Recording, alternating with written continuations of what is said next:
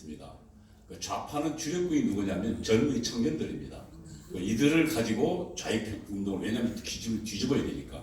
근데 보수는 대한민국을 지키는 운동이거든요. 지키는 운동은 그 운동에 자기 가치를 투여한 사람들이 운동의 주력군입니다.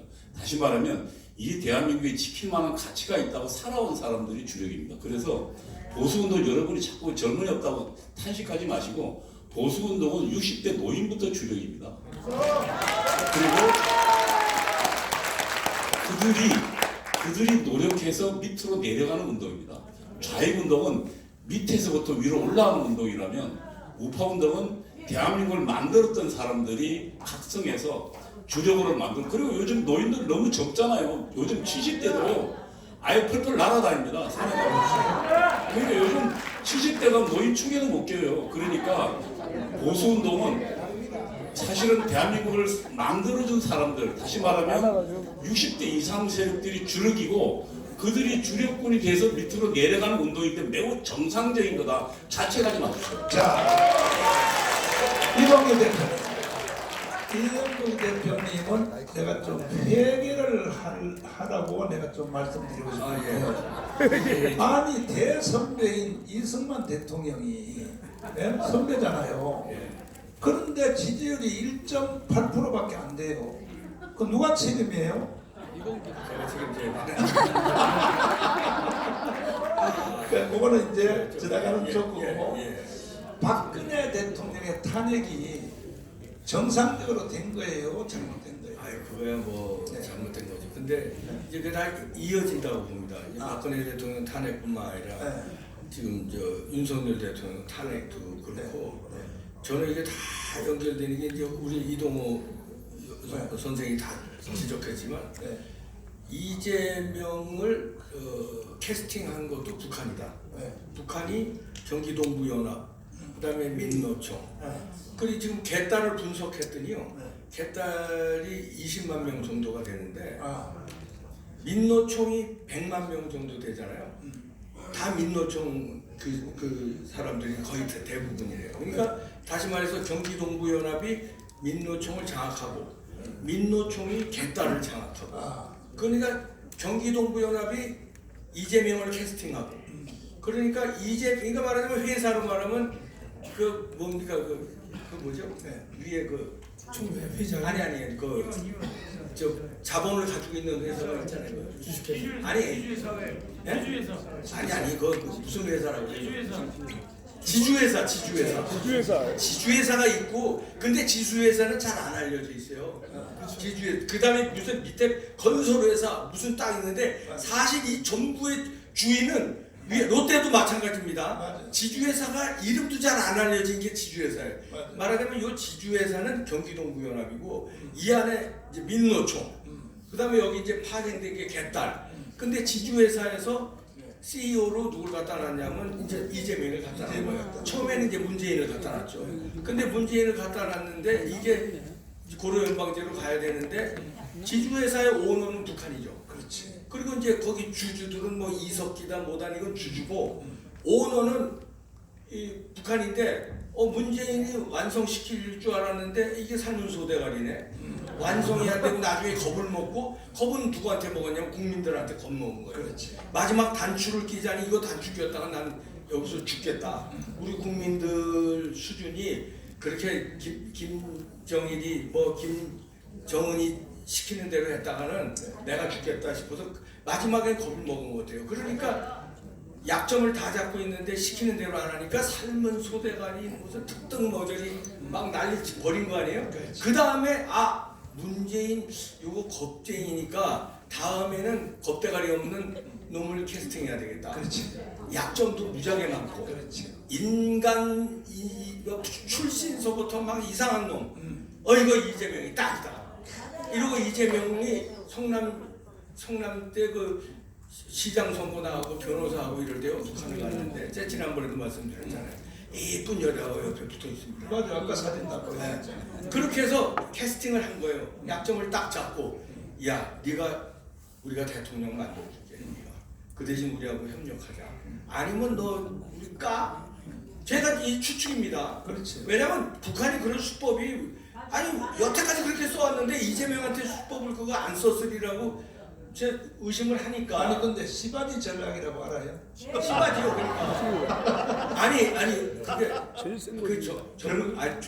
공식 명칭이 임신특공대. 왜냐면 배란기의 여성을 투입시킵니다. 근데 요즘은 여기 북한에 자주 갔다 온 사람들이 가면은 네. 아빠 왜 이제 왔어 그런 거. 그 약점을 딱 잡고 아니 그 이재명이 거기 임신특공대에 걸렸는지 안 걸렸는지 우리가 이제 확인은 안 됐지만 추측을 해보면 약점을 뭔가 잡혔다. 그래서 캐스팅 돼가지고 지금 왜냐면요 이번에 위증교사 네. 재판 받으러 나가는데 이재명이가 원래대로 아무리 깡다고 좋은 정광훈 목사도 살떨릴걸요. 왜냐면 법정 구속 되느냐 안 되느냐 이렇게 분석들이 나왔으니까 살떨리는 상황에 재판관한테 들어가는데 실실 쪼갭니다. 웃습니다. 판사하고 이미 짰다는 얘기. 이미 알은 거니까 나는 오늘 무죄인데 아이고 수고들 하십니다. 쫙 박찬대서부터 쫙 나가서 아이고 너가 나왔냐 안 나오는 놈들 내 다 죽인다. 근데 그 이번에 웃어요. 어떻게 웃을 수가 있습니까? 보제 때린 그 판사가요 나를 처음 구속시킨 그 놈이에요. 저를 그러니까 다 이게 그람시의 진지전에 그러니까 판사, 검사, 경찰 다 넘어가고 거기 총 지주회사는 경기도 국부연합이 지주회사다. 제가 구속된 과정을 보면은 처음에 이제 문재인 내각 간첩이라고 강화문에서 연설한 것 때문에 구속이 됐는데 정상적 판사는 기각을 때렸어요. 이건 구속해서 재판할 일이 아니다. 구속 안 하고도 재판할 수 있다. 이렇게 하니까 세상에 영장실질심사 판사 3명을 한 달 안에 전부 전라도로 싹 다 바꾼 거예요. 전라도로 바뀌어가지고 나를 결국은 구속시킨 놈이 문재인 이놈이야.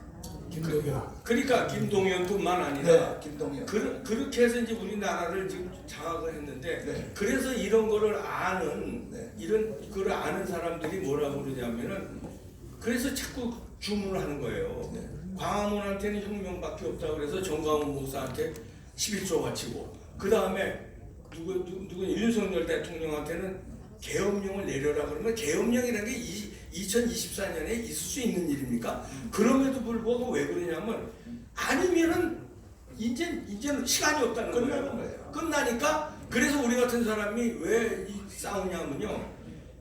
부정선거 한 방이면 윤석열 대통령도 할 수 있는데 저는 지금 단계에서 윤석열 대통령도 살짝 의심이 되는 게 신세진 거 있나 이런 의심이 드는 게 왜냐면 2년 반이 지났으면은 지금 보세요. 자 민주당 컨트롤이 안 돼.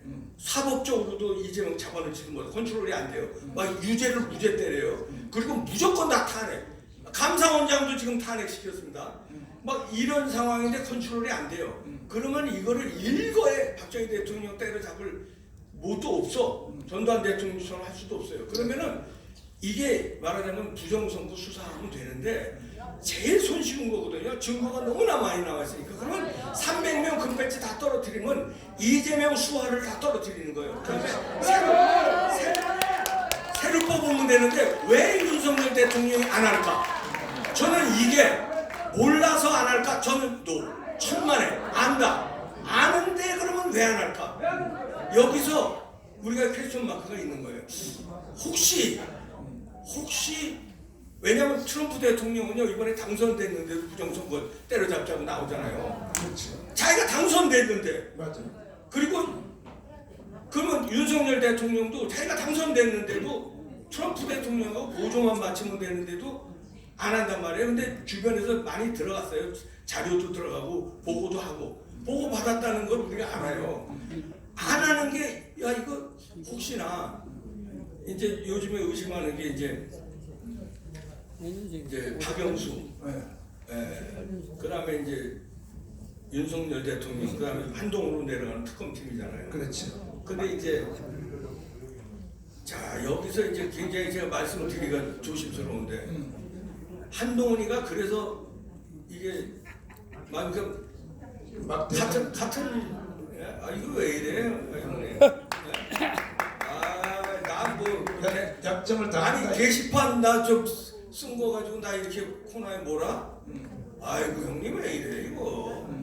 그 딜을 치지 않나? 그러니까 어저께 나온 기사 오늘 아침에도 나왔습니다만 이 저 누가 전 원내대표 추경호가 이제 단계 게이트가 이제 그만 분란 일으키고 이거 이제 저 적당히 합시다 이제 꼬리를 내려요. 단계 게이트 완전히 한동훈이 잡을 완전 찬스에 왔는데 뭐 여기 이병훈 기자도 나왔지만 이병준 기자도 있지만 다 잡았어요. 자, 이거 자료 경찰한테 다 줬어요. 경찰도 다 파악 끝났어요. 아이디 다 나왔어. IP 다 나왔어. 그런데 이 막판에 한동훈이 이제 완전 죽게 생겼으니까 뭘 쳤는지 갑자기 한동훈이 보내면 누가 떠요. 추경호 뜨는 거 아니야 자기가. 권한대행이 되는 걸 수도 있는 거예요. 원내대표니까. 자기가 당권을 장악하고 윤 대통령과 아주 편안하게 정치할 수 있는데 느닷없이 추경호가 이제 단계 게이트 이제 야 시끄럽게 하지 말고 이제 이게 오늘 아침 나온 뉴스예요. 그래서 저는 이거 이상하다. 이게 무슨 딜 들어간 거 아니냐? 이게 딜 들어갔다면은 이게 뭘로 딜이 들어갔을까? 근데 왜 윤석열 대통령 아직까지 왜 부정선거에 대해서 아무런 사인이 없을까? 야 이거 한 방에 할 수 있는데 왜 알면서 왜 저럴까? 여기서 이제 의심이 드는 건데 우리가 그럼에도 불구하고 윤석열 대통령이 미리 무너지면 안 됩니다. 그래서 우리가 광화문 세력이 윤 대통령을 지금 지지하고 있는 건데 우리가 이제 우리 식으로 이제 압박을 넣는 거죠. 그래서 우리는 윤석열 대통령 무너지기를 원하지 않고 지지한다. 임기 말까지 지켜라. 정권 재창출해라. 그러려면은 다소의 약점이 있더라도 과감하게 털어라. 그건 뭐냐면 부정선거를 수사해서 내가 알고 있었어도 국민들이 다 용서해 준다 이거죠. 털어버리면은. 그래서 그 길밖에 저는 아까 어떤 분이 이거 지금 어떻게 돌파할 수 있느냐 근데 저는 북한이 장악돼 있기 때문에 경기동부연합 민노총이 장악돼 있기 때문에 이거 쉽지 않아요. 그러면 광화문 세력과 이제 이 힘을 가진 행정부는 부정선거 수사 들어가고 광화문 세력이 뒷받침이 되고 1천만 국민이 나오면은 판 끝납니다. 그 방법밖에 없어요. 그거에 윤석열 대통령이 용기를 내주셔야 돼요. 그러니까 다소의 방조했던 게 있었어도 국민은 수사 들어가면 다 윤석열 대통령 지지한다. 다 지지한다. 그리고 제도 바꿔서 수개표로 해서 사전선거 없애고 부정선거 없는 선거를 해야 다시 정권 재창출하죠. 지금은 이재명이가 북한의 지령을 받아서요. 대통령 다음에 되는 줄 자기가 알고 있어요. 이번에 가는 거 보세요. 실실 웃고 들어가요. 우리는 법정 구속되는 줄 알고 그 전날까지 유튜브에서 난리 치고 뭐 잔치 국수 먹자 난리. 이재명은 웃었어요 속으로. 아이고 자식들 까불고 앉았네. 내가 이 자식아 다 대한민국 잡아놨어. 여기 헌법학 교수 있어봐야 소용없고 빨갱이 출신 와서 떠들어봐야 소용없어. 신혜식이 뭐 200만 유튜버 있어봐야 소용없어. 내가 다 장악해놨어. 어디를? 법원, 검찰, 선관위, 국힘당까지 다 내가 움직여. 까불지만 하고 우선 들어가는 거예요. 그러니까 이거 엎을 방법은 부정선거 수사하고 광화문 1천만이 나오고 윤 대통령 용기 내면요 끝납니다.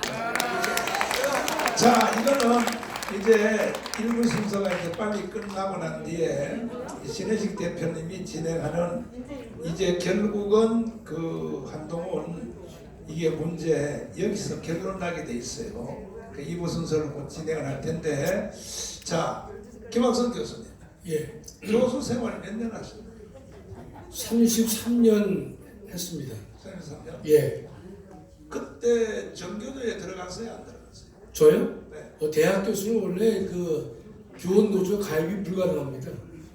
아, 그래요? 그럼요. 교육은 초, 중, 고등학교 교사만 할 수 있습니다. 아, 예. 내가 그걸 왜 몰랐지? 아니 근데 보통 이제 대학은 교수들은 이 교원 노조에 가입이 안 됩니다. 예. 그걸 움직이려고 요즘 시도하고 있어요. 근데 보여줘요. 예. 대학 교수들은 전교조에 못 들어가는데 네. 전교조에 대해서 어떻게 생각하세요?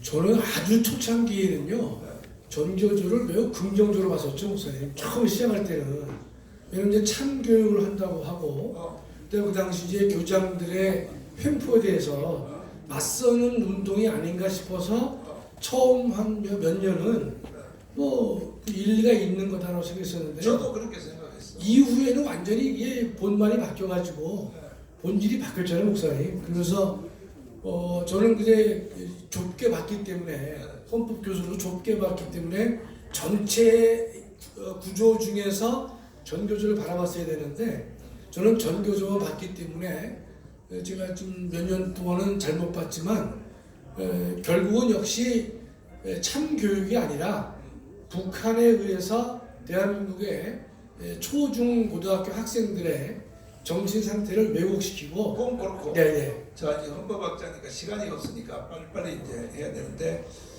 그 김명수 있죠? 예. 대법원장. 예. 김명수가 사실은 그 몇 단계 높여서 대법원장을 했단 말이야. 그쵸. 지법원장 할 때 바로 천 지방법원 법원장 할 때. 법원장 할 때. 예. 근데 사실은 정치는 문재인처럼 해야 되는 거 아닙니까? 네? 뭐 그런 면도 좀 있죠. 아니 파격이라는 근데 건데. 김명수가 대법원장이 될 수가 원래는 없잖아요. 지법원장은 통상 안 됐습니다. 예. 되자마자 전체 사법부 전체를 다 장악해가지고 예. 완전히 세상을 이렇게 만들어놨다. 그 김명수가 법원장 할 때 제가 같이 만난 적도 있어요. 제가 강원대학 교수이기 때문에요. 자 그러면 예. 왜 지금 오늘 새로 바뀐 대법원장 있죠? 네, 조희대. 이 사람은 왜 그렇게 못하는 거예요? 김명수처럼 왜 못하는 거예요? 헌법학자도 좀 책임지고 얘기 좀 해봐요. 이제 속상한 면이 있는데요. 네. 그래도 이제 조희대 대법원장이 하급 법원들한테 신속한 재판을 몇 번 강하게 주문했거든요. 그리고 또 하나 김명수가 했던 법원장 추천 제도를 없앴습니다. 이 법원장을 추천제를 하게 되면요, 고위 법관들이 그 하급 판사들의 눈치를 볼 수밖에 없거든요. 그래서 이제 그걸 없애버리기 때문에 일단은 김명수가 했던 것을 그거는 원상회복을 시켰습니다. 시켰는데 우리 뭐 목사님 원하시는 그냥 과감한 개혁을 이제 못하고 있죠. 예. 김명수처럼 좀 왜 못하냐 이 말이야. 지금 대법원장이 네? 왜 저 윤석열이가 임명했는데도 왜 김명수처럼 못하냐. 그 왜냐면 목사님 아시다시피 윤석열이 단독 임명했다면 완전한 그 사람을 임명했을 텐데 국회 동의가 필요하니까요. 네. 어느 정도 그 야당의 이제 거기에 대해서 좀 그 부정적이지 않은 사람을 뽑을 수밖에 없잖아요, 목사님. 그 따위로 하려면 저 대법원장 현역 대법원장 그 사퇴하고 나가란 말이야. 내가 할 테니까. 목사님 제가 하나 더 말씀드릴 텐데요. 네. 그러니까 이제 패널들한테 질문을 받으니까 저한테는 질문을 안 해서 네. 앞으로는 좀 부르지 마세요, 목사님 저는. 근데 제가 아까 조금 전에 이석연이를 얘기했잖아요, 목사님. 이재명이가 이석연을 만났죠. 이석연이는 이명박 때 법제처장을 지낸 사람인데 기가 막히고. 제가 그 이석연이하고 헌법재판소 근무를 같이 했습니다. 아하. 한 2년 같이 했어요. 개인적 친분도 많이 있는데 전라북도 친구고 전북대학을 나왔습니다. 그 양과 패스를 했는데 헌재에서 같이 근무할 때는 제가 호남 출신 중에서 보수 우파라고 생각했거든요. 맞아요. 근데 참 이런 말하기 그런데요. 아니 저도 한번 만난 적이 있어요. 예? 그 예. 사람을. 예. 만나서 내가 첫 질문이 이렇게 물어봤어요. 이석연한테. 예. 정교조에 대해서 어떻게 생각하냐고 내가 물어봤거든. 예. 내가 사람을 만나면 첫 질문이 바로 그거야. 그랬더니 정교조도 필요하다는 거야. 근데 이 사람을 이명박이가 법제처장을 임명을 한 맞습니다. 거야. 그래서 그 인간 그 친구가 제가 개인적으로는 친하지만 연배도 저보다 한 살밖에 안 많아요. 안 많은데 제가 최근에 그 이석연이가 쓴 글을 몇 개 읽어본 다음부터는 이 관계를 끊어야겠다. 제가 이 말을 하면 안 되는데 호남 사람은 호남이구나 네 이런 생각을 내가 했던 거예요. 저기 전전한 목소리 있어서 제가 말이 안 나오는데 아니 왜냐면 대통령 탄핵을 갖다가 아주 강조해요. 요번에 목소리 이재명이가 이석연을 왜 만났냐면요. 지금 민주당이 투 트랙으로 가는 거예요. 한 측에서는 탄핵을 하자고 하고 이석연이의 주장은 뭔가면 임기 단축 개헌을 하자는 거예요. 투 트랙이란 말이죠. 이석연은 이렇게 서울대에서 박사를 받았어요. 그 친구는 이제 헌법인지 형법인지 애매하게 학위를 받은 거예요. 받았는데 전북대학을 나왔지만 그러나 이석연이가 지금 어떤 편에 서 있는가 하면 대통령의 우리 헌법을 고쳐서 임기 단축을 하자는 쪽으로 몰아가고 있고 또 하나 민주당 한쪽 측면에서는 이 탄핵을 주장을 하고 있어요. 그러니까 임기 단축에 대해서는 법적 문제가 있기 때문에 그래도 서울대학에서 박사를 받은 이석연이를 끌어들여서 학문적으로 지지를 받으려고 하는 그런 거라고 제 생각이 드는 거예요, 목사님. 그 뒤에 마지막 대화가 더 중요해요. 뭐냐? 내란 상태로. 예. 내란 상태로. 자, 임기 단축을 하려면 문재인을 임기 단축을 했었어야지 왜 멀쩡한 윤석열에 대해서 임기 단축 운운을 합니까? 자 시간 관계상 우리 손상래 대표님 다음 질문까지 또 한번 받아주시죠. 자, 아까 여러 번 강조를 했는데 질문은 짧게 하십시오. 누구에게 요것만 묻습니다. 이렇게 물으시면 아시겠죠? 자, 손 드세요. 여기. 네, 대한민국 짱TV입니다. 세월호하고 마이크. 대한민국 짱TV입니다. 세월호 사건하고 이태원 사건하고 저는 유사하다고 생각하고요. 북한의 지시를 받은 것이 같다 이렇게 생각하는데 이거에 대해서는 철저한 이렇게 수사를 하지 않는 것 같아서 제가 이런 거에 대해서 참 궁금하기도 하고요.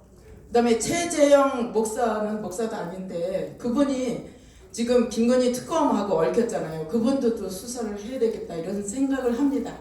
네, 이상입니다. 요것은 최재형 북한 가서 찍은 사진 한번 띄워주세요. 최재형은요 간첩이에요, 간첩. 사진 보면 몰라요. 여기 보세요. 최재형이 북한에 가서 찍은 사진들 보라고요.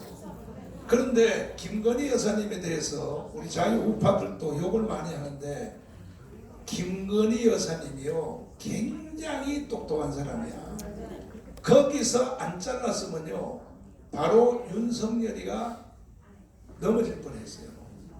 그러니까 김건희 여사님은 본능적으로 자기 남편을 지키려고 하는 그것이 있는 거야. 그래서 거기서 태클이 딱 걸려가지고 쫓겨난 거 아닙니까?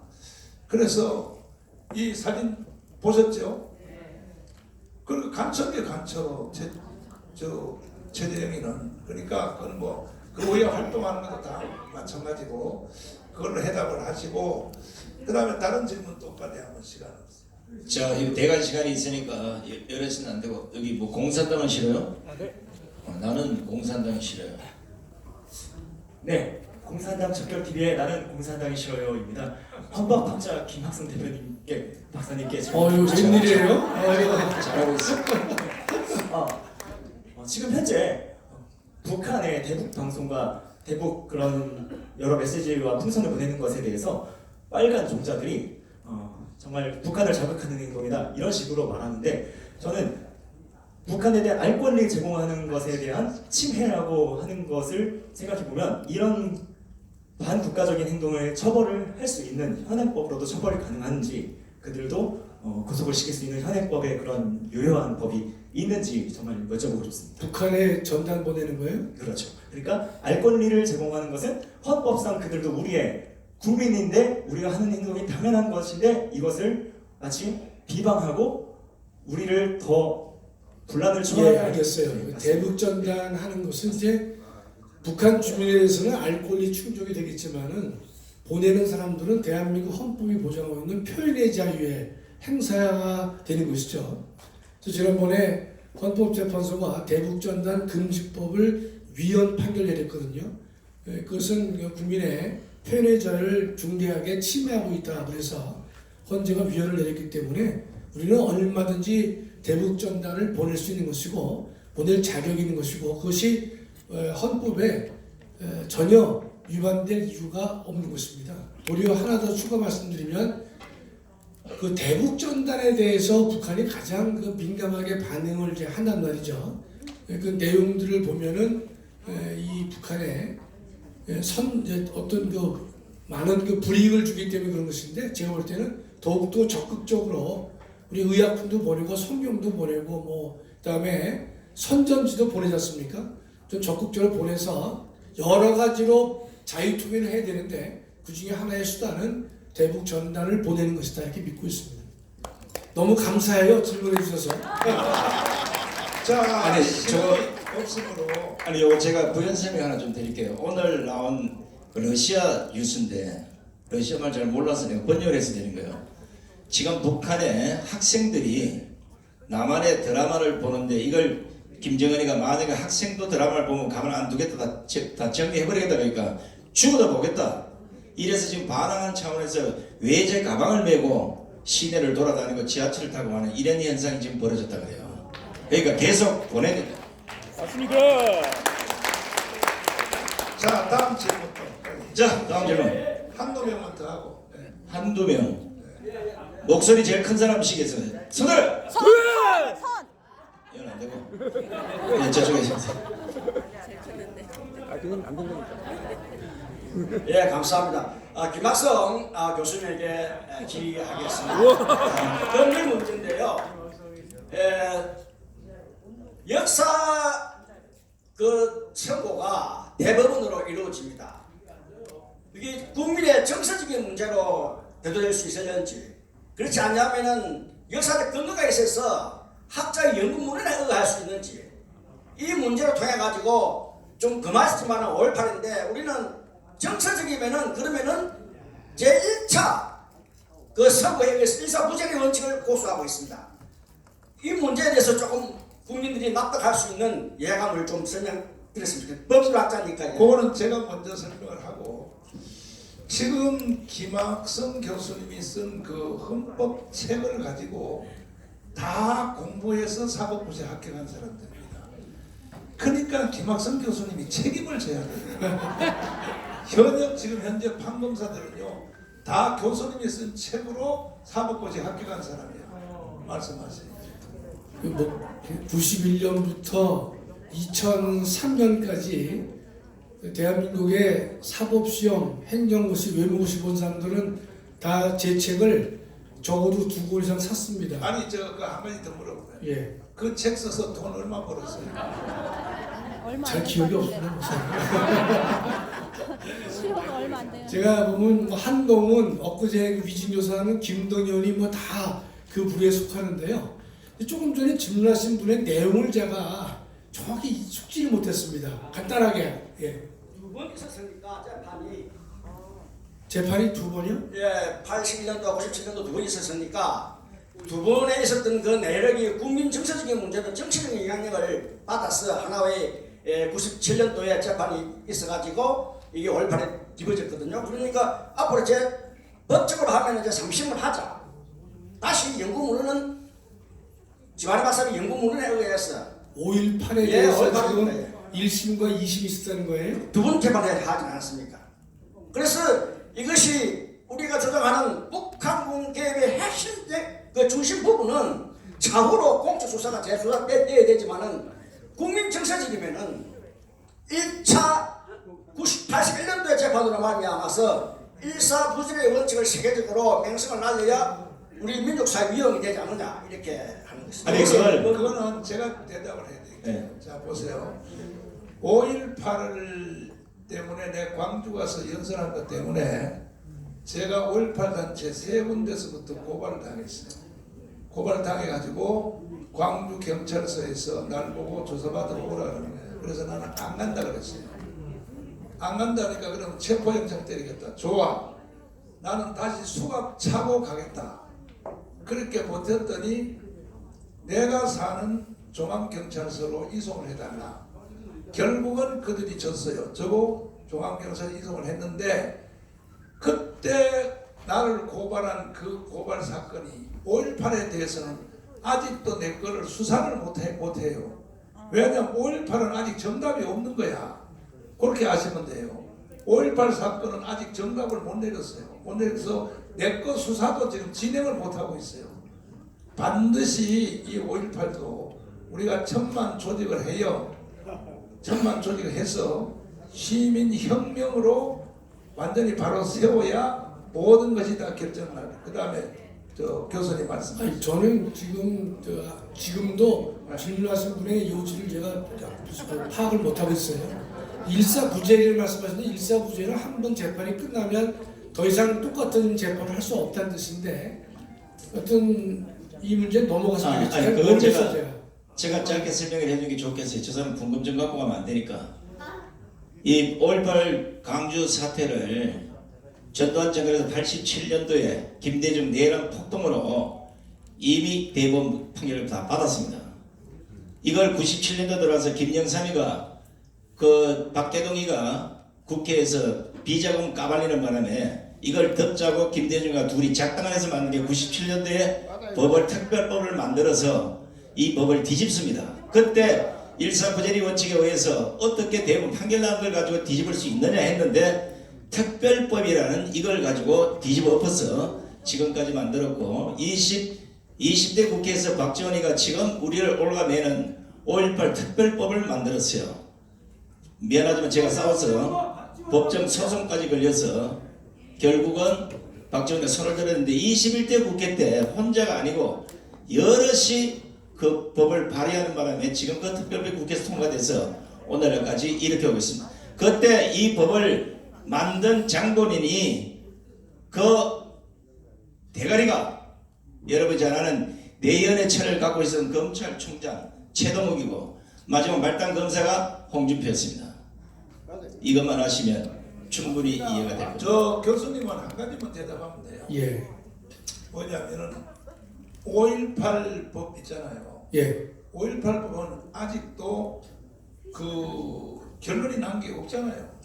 본질에 대해서요. 본질에 대해서 네, 예. 꼭 그렇게 대답하시면 돼요. 그다음에 이제 조금 전에 우리 손 대표가 얘기한다시피 5.18에 대한 왜곡 금지 비방하지 말라 이것은 문재인 때 왜곡 금지법을 문재인이가 추가로 개정을 했던 것입니다. 그런데 5.18 법은 저 명단을 공개하는 게 그게 정의죠, 목사님. 공개하는 게 당연하겠죠. 5.18 민주화 운동법 아닙니까? 대한민국을 민주화해서 이름을 냈다면 당연히 명단을 공개되는데 명단을 뭐 일체 공개 안 하고 있고 관할도 광주시로 하고 있고 정말 그것이 우리가 이번에 자유통일당이 몇 명이라도 입성을 했으면 반드시 그 문제를 목숨 걸고 싸울 거라고 저 공약도 내세웠는데 언젠가 반드시 이루어져야 될 비밀 중에 하나가 5.18 유공자 명단을 공개하는 것입니다. 네. 자, 다음 자 이제 마지막 한 분만 받겠습니다. 자 지금 이 분단이 4분단인데 3분단은 다 질문을 했고 요 2분단에 질문한 사람이 없어요. 네, 저 뒤에. 아주 공평하잖아 뭐. 마이크 여기 있습니다.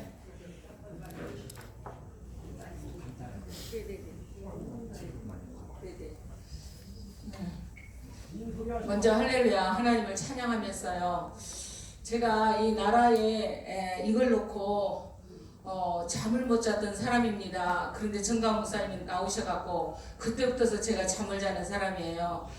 이 하나님께서 이 대한민국의 실체를 알게 하셨어요. 그래서 이거는 악한 영의 약한 영이 이 대한민국을 뒤집어 덮어버렸는데 이것이 체제전쟁으로 지금 가고 있는데 지금 정강 목사님이 이것을 제대로 깨뚫고 가고 계세요. 그래서 이 땅에 지금 모든 종들이 정강 목사님 쪽으로 지금 하나가 됐으면 좋겠습니다. 그래서 제가 하나님께서 그것까지도 알게 하셨는데 이 대한민국을 살릴 이게 하나를 건지게 하셨는데 그분이 정강 목사님이라는 것을 제가 이번에 깨달았습니다. 이 돌아가는 것을 놓고 말입니다. 질문. 네, 그래요. 그래서 일단은 정강 목사님을 제가 너무 찐팬이고 일단은 질문은 제가 질문이라고 해야 되나 하여튼 뭐라 그래야 되나 하여튼 정강 목사님 앞에 제가 힘을 실어 드리고 싶어요. 왜냐하면 그래서 모든 종들이 자, 그럼 됐습니다. 예. 무슨 얘기인지 아시겠는데 그러니까 지금 이거 제재를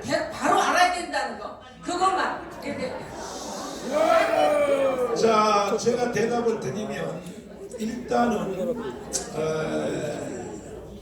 5,300만 국민 여러분, 지금 제 대답을 잘 들어주세요. 일단은 저도 허물이 많고 약점이 많아요. 그리고 여기 있는 유튜브를 비롯하여 5,300만 국민들 여러분 전체한테 내가 어떻게 여러분들을 따라가겠습니까? 여러분들 5,300만 국민들은 다 저보다 더 나은 사람들이야. 그러나 한 가지에 대해서 뭐냐?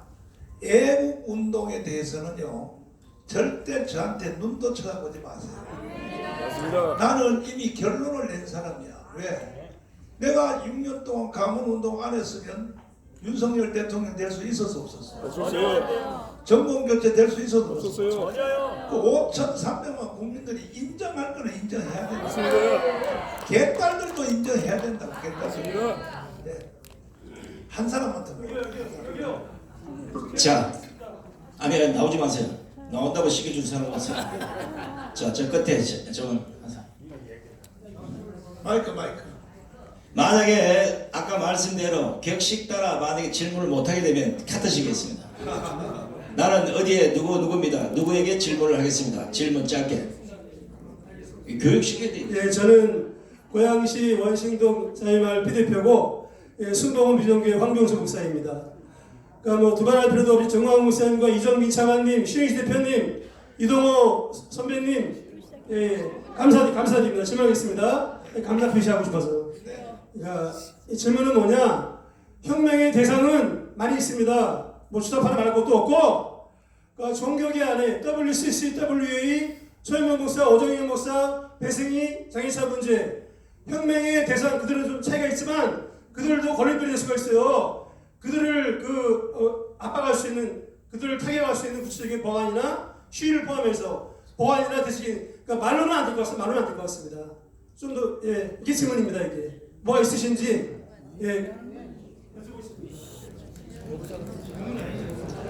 네, 그 게시판 문제 말씀하시는 것 같은데, 네, 빨리 해결되려면은 결국 이제 양심 선언과 증거가 있어야 된다, 이런 말씀이시고 그겁니다. 요거는 WBC와 WEA는 같은 단체라고 보면 돼요. 그러면 왜 한국교회 날 10월 27일 날 왜 오정현 목사님이 그런 대회를 했는가? 그 다음에 손현보 목사님이 그 대회를 했는가? 결국 대한민국 교회를 다 환각시켜서 결국은 데려가려고 하는 짓이에요. 그래서 저는 중간에 예배까지는 다 참여하고 헌금한 시간에 딱 끊고 국민대회를 내가 돌이킨 겁니다. 그 때문에 처음에는 제가 욕을 많이 먹었어요. 왜 끝까지 예배를 헌금하는까지 다 하고 하지. 그러나 내가 볼 때에 나하고 약속을 어겼어요. 손현보 목사님이. 왜 어겼느냐? 그때 연단에는 청년들하고 신학생들만 올라간다 그랬거든. 나한테 와서 약속할 때. 그런데 그날 다 뭐 오정현 목사님 올라가고 다 올라가고. 그래서 내가 오해를 많이 받아 욕먹었는데 지금은 100% 다 돌아왔어요. 맞습니다. 그래서 WEA하고 WBC는 이거는 또 정강훈 TV, 그 다음에 장학인 목사님 TV에 들어가면 WBC가 뭔지 WEA가 뭔지가 자세히 나와 있으니까 그걸로 설명을 들으시면 되고. 예. 지금 이제 시간 진짜 다 됐는데 또 마지막 한 사람. 아니 이분이 지금 한 100번은 들었는데 안 시켜줄 것 같아서 가만히 있네. 뭐를 물어보실 건지 저한테 얘기를 해주세요. 짧게 하세요. 짧게. 전에 중국인이 120만이 들어왔다고 네. 했는데요. 저는 아니, 2천만 말해줘. 들어온 것 같아서. 아니 그게 그거는 굉장히- 질문을 하기. 아니, 그러니까 질문할 거예요. 카트. 아, 네. 저는 늘 좋은 날 TV 황순영입니다. 제가 질문하고 싶은 거는 아까 전에 정가훈 목사님께서 대한민국에 중국인이 120만 정도 들어왔을 것 같다라고 말씀하셨는데요. 제가 우리 동네에서 한 발만 걸어가면 중국인, 또 한 발 걸어가면 중국인입니다. 그래서 대한민국에 전쟁이 났을 경우에 중국인들과 우리가 싸워야 되는 이런 현상이 생기지 않을까 생각하는데 120만이라고 생각하시는지 저는 2천만은 들어와 있다라고 그렇게 보고 있습니다. 근데 그 부분에서 120만으로 생각